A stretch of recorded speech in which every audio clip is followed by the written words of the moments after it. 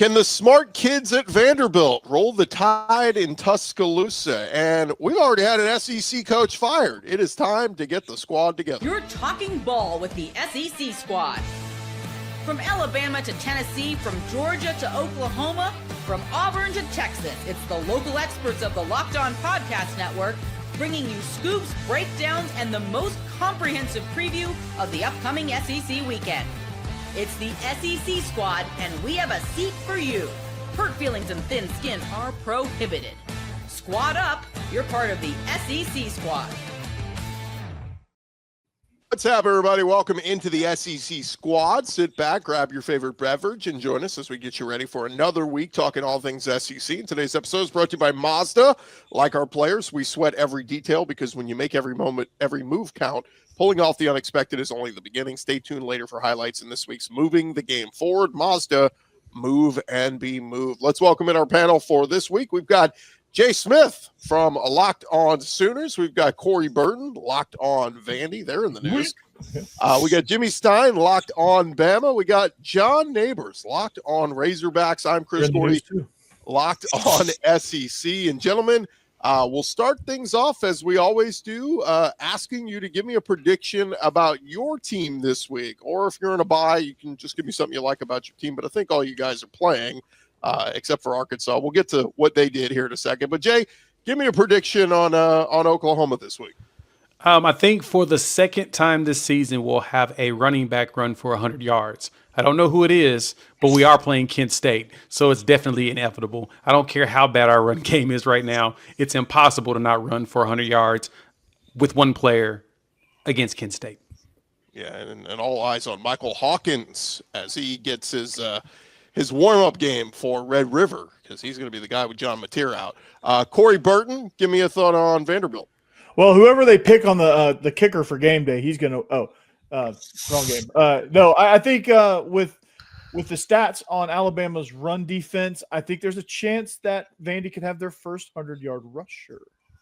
Whether that's Pavia or Seti, I'm not real sure, but they could have their first 100-yard rusher. I've been a Cedric Alexander fan ever since he walked foot on Vandy's campus. Good running back. By the way, I love the college game day kicker segment. I think we got to stop bringing in patsies that were high school football kickers to kick for you. I think if you get picked, you got to go kick. But I digress. Jimmy Stein, give me a prediction for Bama. I think you see Alabama play a cleaner game than 1 year ago in Nashville. Obviously, Vanderbilt's going to have some success on offense again. I agree with Corey that Vanderbilt's likely to produce 100-yard rusher in this game. I think Vanderbilt's going to have quite a bit of success on offense, actually, but Alabama will play a cleaner game than they played in Nashville a year ago, where there were 2 interceptions, multiple penalties that helped keep some drives alive. I think playing a cleaner game is a big goal for the Tide this Saturday. And we come to John Neighbors, where we would get a prediction on Arkansas. They're not playing a game, but they were the first school to fire their head coach. So, gents, we'll start there today on the squad show. Sam Pittman fired. Had to happen. John, do we get a little bit more of a positive, upbeat John Neighbors? Because you've been kind of hoping for this. Well, I mean, it could be worse. You could have just given up 42 points in a single half to Notre Dame at home in front of your 10th largest crowd. And, you know, that game that will never happen again. I'll never see Notre Dame in Fayetteville ever again. So, yeah, I really appreciate that. But no, it was inevitable and it was time. It's just you can't keep having those types of things happening. And you could tell that the team let go of the rope. They didn't want to be there. They didn't want to play for him anymore. And it was time. He had a bye week. And I think that they were going to make a move on Sam Pittman regardless, really, of the outcome against Notre Dame the week before. And I think it got out to the team and going into the bye week, they were going to make a move. And that's where it all just came crumbling down. So, yeah, been a wild one for that. And, you know, Pittman, well-liked guy, but it's performance-based business, and you can't have that type of performance on Saturday, and especially in front of your home crowd. And completely bucked the FanDuel odds, by the way. Coming into the season, Billy Napier was hands down the favorite for first SEC coach to be fired. And lo and behold, Sam Pittman was the first. Although, if things keep going south, Napier may not be far behind. But Jay, Corey, Jimmy, what did y'all make of the Sam Pittman firing? I think it was inevitable. I mean, I think you saw him getting burnt out. The players they were on quit watch well before that. It just seemed like they just weren't. It just wasn't jiving. It was time to make a move, and they wanted. It seemed like they wanted to wait till the end of the season, but I'm not surprised either way. Yeah, I'm not surprised that it didn't go to the end of the season because it kind of felt like at some point they were going to try to stop the bleeding, I guess you could say. It just felt like Corey mentioned, like John kind of mentioned there as well. It felt like the players were really kind of quitting on them. They just weren't really that. It was little mistakes that I think that was wearing me out anytime I watched the game. It was the small stuff, and you're like, penalties here that don't make any sense. And it's like, this team should be better than that. I mean, they are one of the better offenses in the SEC. I mean, Green was out there putting up some work, and you're like, okay, can we just get everybody just in sync to where this team could stay competitive? I thought they were going to turn the corner at the beginning of the season, and then it just went back to what it was last year. I was like, well, I guess they're probably going to go ahead and write this one. The writing's on the wall, and sure enough, as soon as that 42 points happened, I was like, oh yeah, it's done. He's cooked. You see those lackadaisical mistakes like, mishandling the ball at the goal line and fumbling, and the lack of stuff. The lack of physicality. Like normally, there was that one play where we talked about when we talked about the Memphis game where the quarterback just ran right through the defense, and 4 guys had a chance to just kill shot him, and they just watched him roll into the end zone. Like those type of things are like they quit. I immediately was like, they're done. Like they were already headed that way, but I was like, that was the moment where I was like, yeah, on the coffin. It's not if, it's when. It was time, like John said, it was time. I hate it in the sense that he's such a great fit there. I mean, I think if you just looked in the dictionary for Arkansas football coach, there should be like a picture of Sam Pittman. I mean, I just think that an ideal fit, but in the end, it has to be about wins and losses and nothing else. And it just wasn't good enough. And it was time for Arkansas's administration to tell all the supporters at Arkansas, we're very serious about football. We're serious about winning. So this is what we're going to do. And now we'll see that they jumped into the coaching search early so they can be on the phone with agents. But I can't help but wonder if the ultimate hire isn't already in that office. Well, let's talk about it. Bobby Petrino gets a second chance. He is the interim coach. I think we all kind of saw this when they made the move, right? Because he was running the offense at A&M and did a good job there. And, comes back to Arkansas. I think we all said when he got hired, oh, good. So if it doesn't work out with Pittman, they could just make Bobby Petrino the interim. This was said when he was brought back there. So he gets a chance, but guys, what's he have to do? Because this schedule is absolutely brutal. I don't know how he proves that he's the guy, because this is going to take some massive upsets. Yeah, I mean, it's one of those things to where it's like, what do you got to lose? No pressures on Petrino to go out there and win a bunch of games and be like, hey, if you don't, we're going to blame you for this terrible season. It's like, no, there's no pressure on him or anything, and he does have to buy. I even felt like making the jokes, like if you would have told me as a Razorback fan 15 years ago that Dave Van Horn, as well as John Calipari and Bobby Petrino were going to be your 3 head coaches of the major sports, I've been like, man, that's awesome, but not going to happen. And here we are again. Like, it's wild to think, but I believe that it's a matter of, all right, well, you had to do something. And for Petrino to step in, I mean, there's a lot worse interim coaches to have than Bobby Petrino, who succeeded and everything. But the fact that he just walks in and then he just fires the entire defensive staff. I mean, the defensive coordinator, secondary coach, and D-line coach is just kind of telling of like, hey, listen, guys, I got 9 weeks, 7 games to get this right. If I see any sort of people or any sort of coaches that I feel like are not going to be on board with me, you're out of here. You're gone. And so that's what he's doing. He cleaned house and he's going to do it his way. So I don't think that the expectation should be high. I don't think Arkansas is going to make a bowl game, but if he does, if he finds some way to have some magic pulling out and does something crazy, like go 4-3 in these final 7 games or something, I don't know how you don't give him the permanent job heading forward, because he's made it very publicly known and very clear. He wants this job. He wants it to be a permanent basis, which I'm still shocked by, but I'm just curious to see how they're going to look against Tennessee here in 2 weeks on the road. That's going to be a very telling sign of what this team's mentality is like. I mean, it's go ahead, Jay. It's one of those situations where, he realized he had it good. He had a good situation and he ruined it.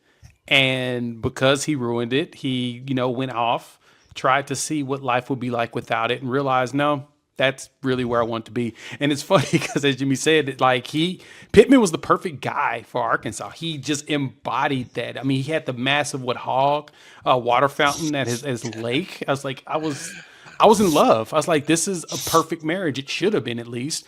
But no, Bobby Petrino knows that this was the job that he shouldn't have screwed up. And he's now groveling back. He apologized. He went and did all the other jobs to gain trust again. And yeah, I could totally see why he would want this one. He realized this was him. He never wanted to leave. Like, No. he never wanted to leave, and he screwed it up and had to leave. And now he realized, like, cheat on your girl, she kick you out. And then, and hopefully you pray that, well, I mean, in the context of this situation, it's kind of what happened in theory also, but I digress. He realized that, no, I did screw up, and I got to fix this, because this is me. And we'll find out if he can fix it to where it becomes him again. And both of those things, John, can be true. He didn't want to be a head coach until this opportunity was presented to him. And he's like, hey, no, I do want it. I didn't want any other head coaching job. But I want this Arkansas job. Well, let me push back on that real quick, because here's my only thing about it is, like, Petrino, if he really, he could have just been like the interim, be like, hey, I'm going to serve my 1 year time and be out and go find something else, because he made known that he was going to try to he likes coaching quarterbacks and offenses and all that. I think what my theory is somebody said, hey, Bobby, if you want this gig, I want you to have it. If you do, I got you taken care of. Because Bobby's not stupid. Like, he wouldn't take over. We had Hunter Yurchek, the athletic director, saying Sam Pittman was not financially set up to win a championship and win big. It's like, oh, that's great. But I doubt Bobby would be walking in and being like, yeah, that sounds good. I want to be a head coach of that. He's got to have some sort of assurances in the back end. And I feel like that had to have been made, whether it was this past week or weeks ago or whatever, for him to truly want to step back into this ring. He's got to have some sort of reason to be successful and some sort of assurance that he is going to be set up for success, unlike Sam Pittman was. And in this landscape, guys, the boosters are more important than ever because of NIL. I mean, schools have never needed their power boosters more than they do in this current landscape. And guess what? The boosters at Arkansas, they know Bobby Petrino. They already know him. There's already a relationship there. So I think it's a tremendous advantage for Petrino that the people that help fund NIL and the other things at Arkansas, they already know Bobby. And if Bobby's the guy they want, then I think that's a highly likely outcome. Hey, real quick, guys, before we move on, because we do have to get to some games happening this week. Wait, there's games? Just go around the horn real quick. Just give me, if Hunter Yurchek called you tonight and said, give me the name you want to be the next head coach at Arkansas. Corey, start with you. Corey Burton. No. No, I'm just kidding. Pays well. Yeah. John Summerall. Okay. From Tulane. Jay? Yeah. Rhett Lashley. Okay. Of course, he did the whole Nick Saban, I'm not going to be the Alabama coach. Jimmy Stein? I think it's going to be Petrino, but if I was them, I would target Rhett Lashley. John Neighbors? I know you threw a name out at me earlier this week. John Gruden. Okay. Sticking with it. Oh. Wow. I like it. That would be That'd fun. be fascinating. Well, actually, he fit like Pittman as a personality. He's best friends with John Daly, and John Daly loved that. And for some reason, Brett Favre just decided to endorse him for the Arkansas job yesterday on social media. I have no idea why, but he did. I was like, hey, good enough for me. Brett Favre and John Daly. It's all I needed. Continue the streak of Arkansas having the funnest coach in the league. Yeah. That would continue. That would have the winningest coach in the league for a change, though. I think Arkansas fans would rather have that for a change. Can he keep his Barstool show though while he's coaching? Is that possible? If he gets us to the playoffs, I don't care what he does. He can do whatever he wants. Hey, I was gonna say Dion, but you know what? I'll go Mike Gundy. I'm a man. I'm 50. Wow. Let me get in there. Gundy would be awful. Dion would make sense because not only did Yurchek like him in the interview process, because he interviewed him during the process before they hired Pittman, but Jerry Jones, Arkansas guy, he's very close with Dion. You never know if he tries to maneuver something. I don't think he would. I also don't think Prime's leaving Colorado anytime soon. It's going to be a few years to get him out of there. They give him way too much power for him to relinquish that to go any other place. Just real quick, Jerry Jones is basically endorsing Rhett Lashley. That's the guy I think Jerry wants the most of the connection. I can see it. We'll see. The question is, will Rhett leave and go there? Yeah, come on. Well, it's the SEC. But The SEC. SMU, he's got a lot of money backers with He money do. right now at SMU, so that'd be Both. tough to leave. All right. Finally, it's legal. When we return, fellas, the SEC squad, we're going to get into the big one this week. College game day, heading to Tuscaloosa for Vandy. Talk about that next. For Vandy.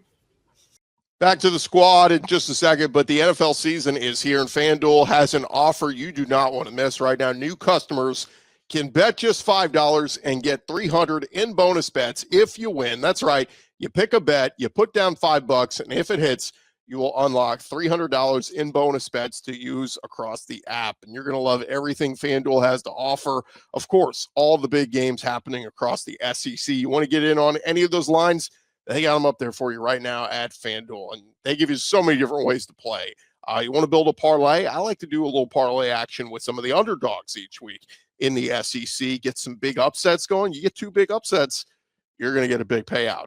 You can do some player props. You can even follow the live lines during games. It makes watching football even more exciting when you got a little something extra riding on the action. So what are you waiting for? Visit FanDuel.com to download the FanDuel app today and get started. That is over at FanDuel.com. Get in there today. Hey, this episode also brought to you by Square. Your favorite neighborhood spots run on Square. There are certain businesses that make the neighborhood the neighborhood. These are the places that become an extension of your home, whether it's the sports bar dedicated to your team's fan base, the spot with the best wings in town for game day, or that beloved local chain that's been rooted in your community for years. These businesses are what bring people together. When neighborhood businesses thrive, the whole neighborhood thrives. And of course, we got some great businesses in your neighborhood, like Goodfellas Distillery in Lexington, Truman's Bar and Grill in Como, Jack's Ice Cream in Fayetteville, or Eileen's Colossal Cookies in Norman. All those places are using Square, and Square is a proud partner of more than 4 million neighborhood businesses around the world. And you can go to square.com/go/lockedoncollege to learn more. But before you do, go support your favorite neighborhood spot. You'll be happy you did. Square will see you in the neighborhood. SEC squad rolling along here, and gentlemen, on Saturday, 2:30 Central on ABC, it'll be number 16 undefeated Vanderbilt Commodores at number 10 Alabama. It is the game of the week. College game day is heading to Tuscaloosa, and I talked to Jimmy earlier this week, and he said, they ain't heading there for Alabama. They're heading there because it's Vandy, and the story is Vandy. Corey and Jimmy, a rematch of last year's epic upset. Rematch indeed. A rematch indeed. And so what Vanderbilt is looking to do, their offense has been incredible, especially they've been great in the red zone. They're 15th nationally in red zone efficiency. They're elite on third downs. Like they're looking to continue their scoring and continue their explosive offense. I mean, they're averaging 49 points a game, and they're looking to go continue that. And the thing I see in this matchup that benefits Vanderbilt a whole lot is Vanderbilt's great at running the ball, and Alabama statistically is not great defending the run, although they have talent across the board and talent everywhere. For whatever reason, they're not good defending the run. Yeah, I agree with Corey entirely. I think that's why Saturday is going to be pretty compelling. I actually think the game's going to look very similar to the game a year ago. So many of the same pieces are in place. Mm-hmm. So many of the same issues Alabama has still in place. I think Vanderbilt's going to have a lot of success offensively. I just think in the end, this Alabama team, they play a cleaner version of football last year. Not as many mistakes. I think Vanderbilt this year is going to have to earn every bit of it, and they might. But I do think overall the game's going to look similar to last year in the sense that I expect to see Vanderbilt go on time-consuming, length of the field drives with Pavia orchestrating that RPO zone read offense, and Vanderbilt scoring enough points to make Alabama very uncomfortable. Alabama answering those drives with some quick strike touchdowns, which is a specialty of Alabama that has, in my opinion, the best wide receiver core in the league, which is saying a lot, especially maybe this in year. The country. But this wide receiver core at Alabama is deep with playmakers, and you've got a really good quarterback getting them the ball. So I think Vanderbilt's time-consuming drives versus Alabama's quick strike touchdowns, and like Lane Kiffin said just last week, bet the over. Yeah, Jimmy, what was Georgia in your eyes? What was Georgia able to do to disrupt Ty Simpson in the second half of that game? Because he wasn't quite as effective. Their defense really kind of stepped up in that game and forced Georgia into some weird situations where they were stepping all over themselves. But what was Georgia's defense able to do to Ty Simpson and that tied offense to kind of keep them at bay in the second half?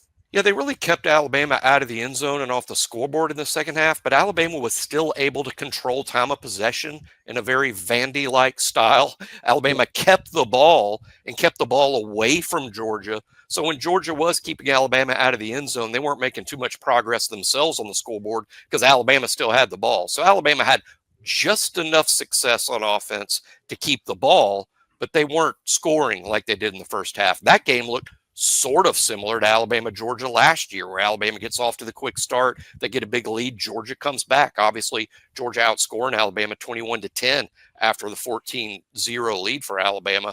In that way, the game looked sort of similar to last year, which is one of the themes that I have this week of, I think this Alabama-Vanderbilt sequel is going to look a lot like the original. I think it will have a different outcome, but I think it's going to be tight.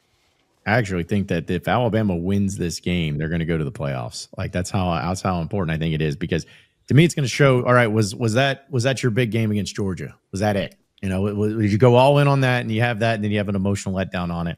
If they go out and they beat Vanderbilt, and especially if they beat them handedly, something like that, I think that they're going to start really rolling. But that's what I'm going to be curious about to see, because if they don't come out there guns blazing and feeling great and wanting to do that, then Vanderbilt is just good enough to beat them. And so I think that it would be coaching malpractice on DeBoer's part if they do not win this game. However, again, Vanderbilt, they're no slouch. They're going to give them all that they want. And I think it's going to be, as close as it was last year, maybe not, but I still think that it'll be at least a good game going into the fourth quarter.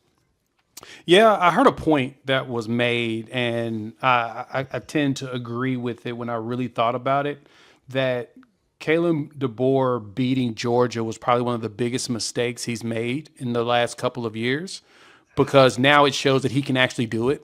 And so these other losses now makes him look really bad if he has any other losses that don't make any sense. It's like, we know you have the talent. Years in a row. He's beat Yeah. We know you got the talent. We know that you can coach. You're undefeated against Dan Lanning 2 times, Sarkisian 2 times, and Kirby Smart. Well, no, he's like 7-0 or 8-0 now against those 3 coaches. Like, you beat Kirby Smart numerous times, Sark numerous times, and Dan Lanning, coaches that have had teams that have been really good. So we know that you can coach it. You have the talent in Alabama, but why aren't you executing on it? And so it kind of makes him look bad if he does not close this out. Now, granted, this ain't your granddaddy's Vanderbilt. I mean, this is even James Franklin's Vanderbilt. This team is actually pretty darn good, and they got a dude that is relentless, that wants to win. And so, Jimmy, you're right. The bigger thing is Vanderbilt's going to burn clock. You can't do anything about that. They just have the capabilities. The question is will Alabama not turn the ball over in kind of silly situations to keep the score on their side, in which is probably going to end up that direction. I think Bama squeaks it out, but it's going to be one of those Vanderbilt has like a 40-minute time of possession because they're just burning it. And as John mentioned, I would say another way. You talk about protecting the football. Like, I look, playing on the road in the SEC is tough. I mean, Brian Denny is going to be rocking. That stadium is going to be hostile. Like, I think this could be the week that Vanderbilt, as great as they've been, averaging 49 points a game and offense looking electric, this could be the week where they have the mess ups, and it's the fumbling, and it's the, Pavia, you didn't see that safety playing low, interception. This is where the mistakes could come for Vanderbilt. Last year, last year, to kind of add to John what John said, the winner of if Bama wins this game, they're playoff bound, because for the most part, they'll probably have maybe one more loss on the schedule that they'll have to fight with. But there's no reason why this team, talent-wise and capability-wise, my question is Womack ready to adjust his defensive play to get the ball out of Vanderbilt's hand on a regular basis? That's what you got to do. You get it out of Vanderbilt's hand, I think Bama can win it. That's what's going to be most important. Last year, there were 2 turnovers in this game by Alabama, including a pick 6. They look at Vandy. Vandy scored 33 against the Alabama defense a year ago, but benefited from a pick 6. Alabama also turned over the ball a second time in that game. Alabama, through 4 games, hasn't turned it over at all this year, not even one time. twice against Vanderbilt last year. To me, that's the key. If Alabama helps Vanderbilt, you could be on the short end of this, because Vanderbilt doesn't need much help. One thing I was right about in the offseason about Vanderbilt, and wrong about, I thought Vanderbilt would be a better team this year than they were last year. I think that's proving to be the case. I was right about that. What I also said was I'm not sure their record's going to be any better, because the league as a whole is so difficult. The whole bottom and middle of the league is, as you know, for the most part, is as good as it's ever been. I thought Vanderbilt would have a similar record to what they had a year ago, but they're even a lot better, I think, than they were a year ago. And I'm expecting a 60-minute game on Saturday. Yeah, I mean, you guys, this was said about Vanderbilt going into South Carolina, because Williams-Brice is just as hostile as any place in the SEC. What does Vanderbilt do? They get the opening kickoff. First play, they get thrown for a loss. Crowd's in a frenzy, and then they proceed to go on a 10-play death march to put the first points on the board. Literally. And the crowd is like, what? And then that game was that the South Carolina coaching staff was in shell shock. The crowd was in shell shock. Just everything just kind of unraveled for the Gamecocks. And, it showed me that they weren't intimidated by that environment, because, Sandstorm's rocking, the crowd is loud as hell. It's one of the most hostile environments. Everyone I talk to that's played in the SEC tells me immediately South Carolina when I talk about hostile environments. And so the environment doesn't scare me as much, because they've proven 2 weeks back to back that the environment really doesn't affect them as much. They're much more talented up front. They can control the line of scrimmage, and that's where I think they could get an edge. Now, Bama is super talented, so it's not going to be a cakewalk by any stretch of the imagination, but I do think it's going to be a competitive game, and I do think Vanderbilt, has as much a chance of anybody. I mean, I'm gonna continue my bullishness on Vanderbilt, and I'm going to say, they're going to come away with a victory here. Well, real quick, guys, show of hands. Corey showing his hand. Raise your hand if you're going to take Vandy to win this one.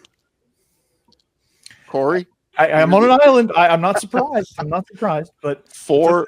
Been here before. It's taking Alabama. So I wouldn't be surprised if they won, but I think Bama should be able to pull this one off.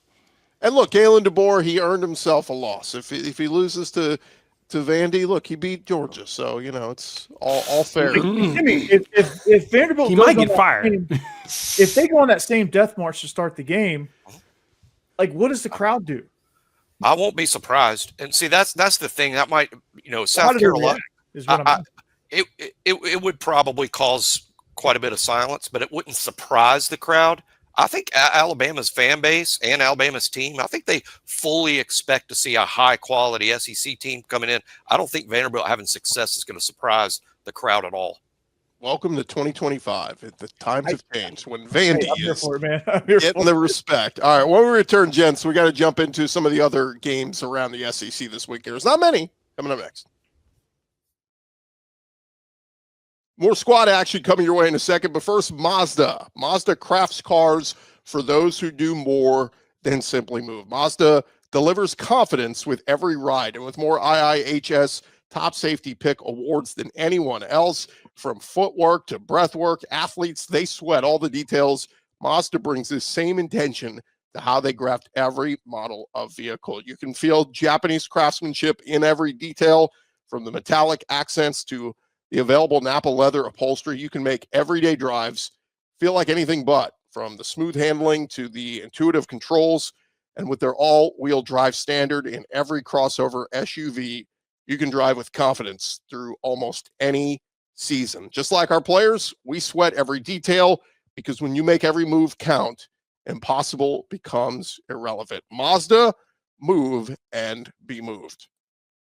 This episode also brought to you by our friends at Game Time. And look, guys, college football is back, and we're super excited. From the tailgates to the rivalries, the energy in the stands, there's nothing like it. But let's be real, actually getting tickets can feel more like a battle than the game itself. Endless queues, hidden fees, prices jumping up at checkout.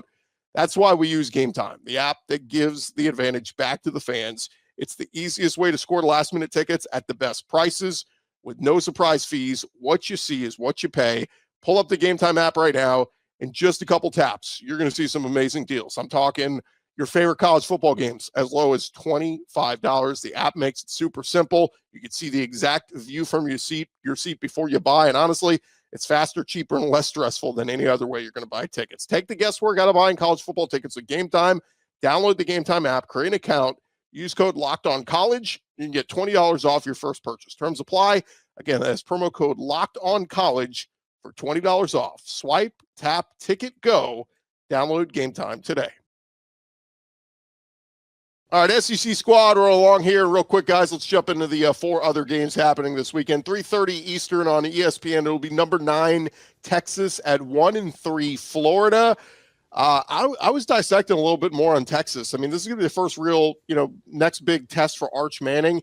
I mean, they had that great, defensive performance against Ohio State week 1 where everybody's questioning Arch, and then they played 3 cupcakes.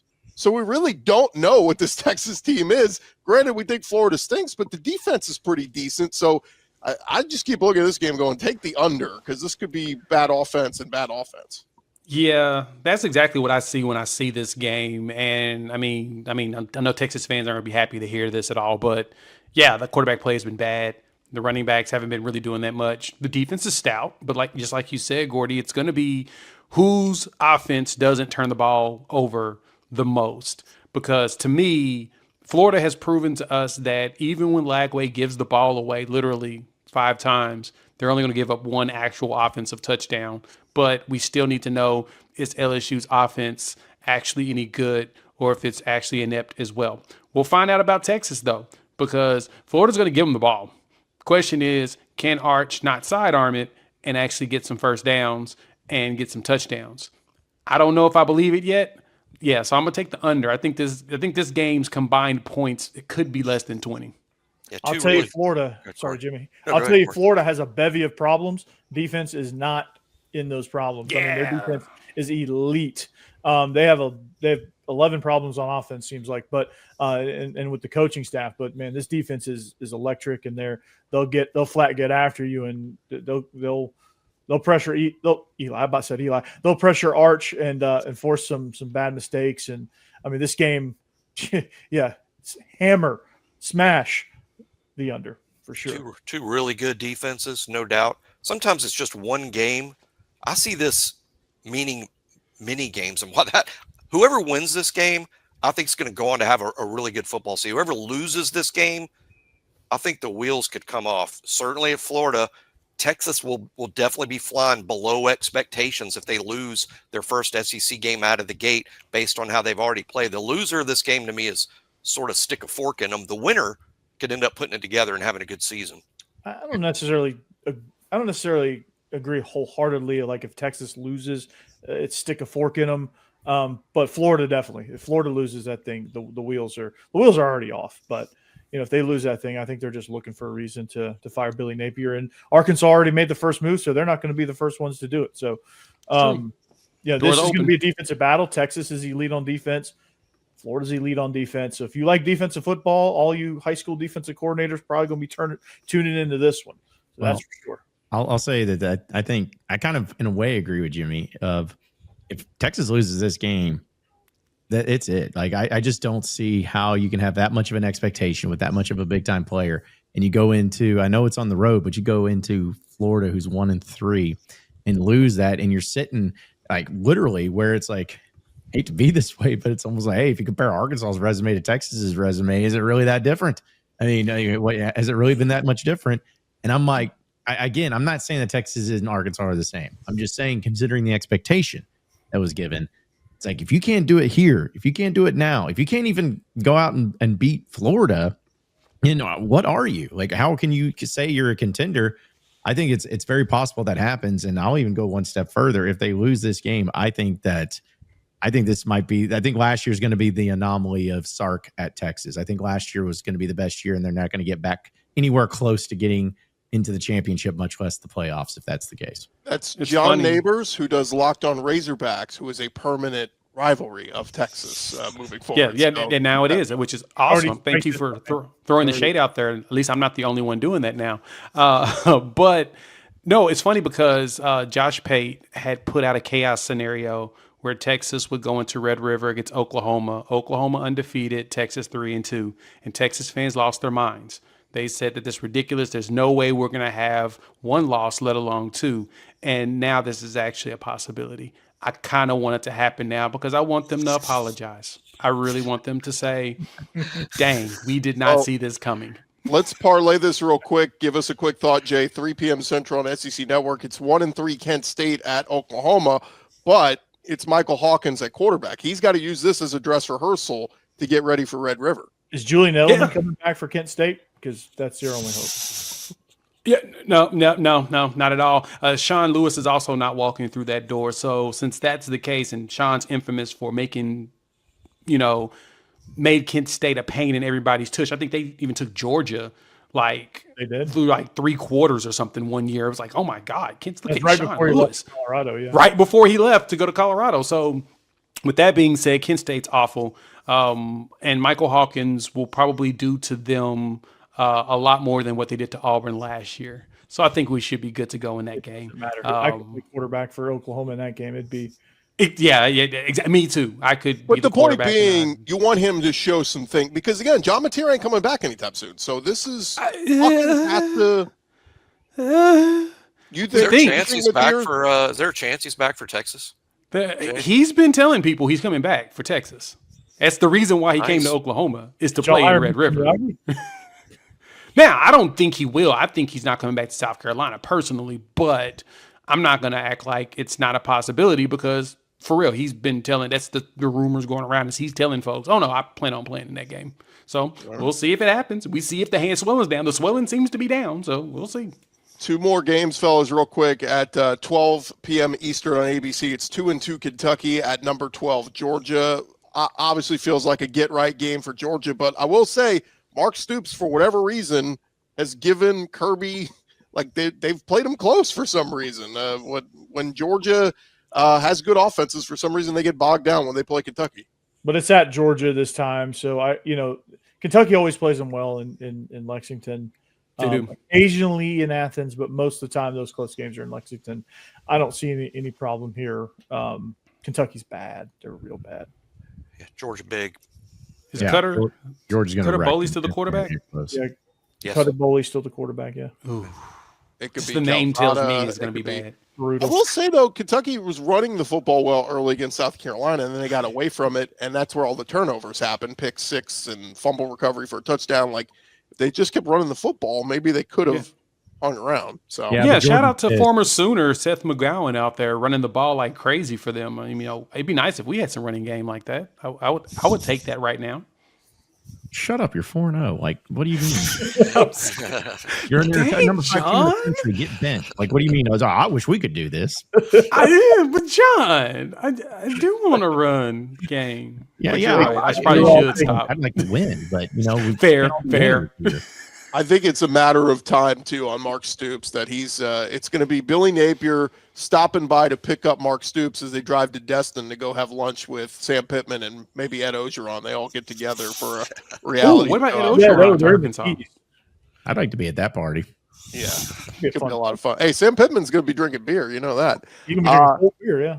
Real quick, last one, guys, tonight, 6:30 Central on SEC Network from College Station. It is 4-1 Mississippi State, who gave Tennessee all they could freaking handle a week ago in overtime, at number 6 Texas A&M, who snuck by. I shouldn't say snuck by Auburn. They beat Auburn pretty handily. It was a close score, but I mean, Auburn couldn't do anything offensively. I'm sorry. Like, why haven't they flexed this off of SEC Network onto actual TV so we can all watch this on like a national one? Because Mississippi State has been one of the best stories this year outside of Vanderbilt. Well, we expected Vanderbilt to be good again because they brought their quarterback back. Permanent opponent you're talking about. It is. I want to see Mississippi State rivalry, baby. I want to see the cowbell people on the TV more often. That was a fun game. That Tennessee game was fun. I enjoyed every minute of it. And I'm impressed that Jeff Levy's been able to get this team going like he did. And so, with that being said, why have they not flexed this to an actual TV channel so we can watch it? Yeah, they should have. State's a good story, but I think A&M wins by Same. More than 2 touchdowns. I think Mississippi State wins this game. Really? Yep. Wow. I like it. I do. I think it's going to be close. I think A&M wins with a squeaker. I think it's going to be tight. I think it's going to be like tight. A&M's going to. I'm going to favor the home team in this one. I think A&M's struggling on offense. They've been squeaking by too much, and it's going to catch up to them. And I think that they probably will think, oh man, we got Mississippi State. That's easy. That's a home game we should win. I think if they don't win, if Mississippi State doesn't win at the very minimum, I think that Texas A&M plays bad and it's an ugly game, if anything. But I think Mississippi State goes in there and kind of hits them in the mouth a little bit. It's maroon everywhere, but A&M, I believe, is doing a blackout. They're going all black. So Mississippi State, in that case, Mississippi State can wear their maroon and white. In that case, don't change it. Is Fluff Bothwell still one of the best run names in the SEC? Oh, no doubt. Tier 1, right? No doubt. Yeah, The name's great, but if we're going best running back in this game, Le'Veon Moss got going last week, and I thought he was going to be one of the top 5 rushers in the SEC this year, and he's on his way to getting back to that title. So Fair point. we'll see on that. By the way, the other night games, ABC is Miami, Florida State. ESPN is Texas Tech, Houston, both undefeated. So that's why this game is SEC Network. But I agree that this game probably deserves a little bit more national love than it's getting, but that's where it is. Gents, appreciate your time. Appreciate your predictions. That's going to do it for this edition of the SEC Squad. We'll talk to you guys next week when half the league is back from their bye week. So we will have more games of action to discuss. And hey, a reminder that you can subscribe to your favorite SEC show. We'll be covering your favorite teams throughout the season every day. Don't forget, I'll have you covered with the entire conference of Locked On SEC, part of the Locked On Podcast Network, covering your team every day. For James Smith, Corey Burton, Jimmy Stein, John Neighbors, I'm Chris Gordy. We'll talk to you next week here on the SEC Squad Show.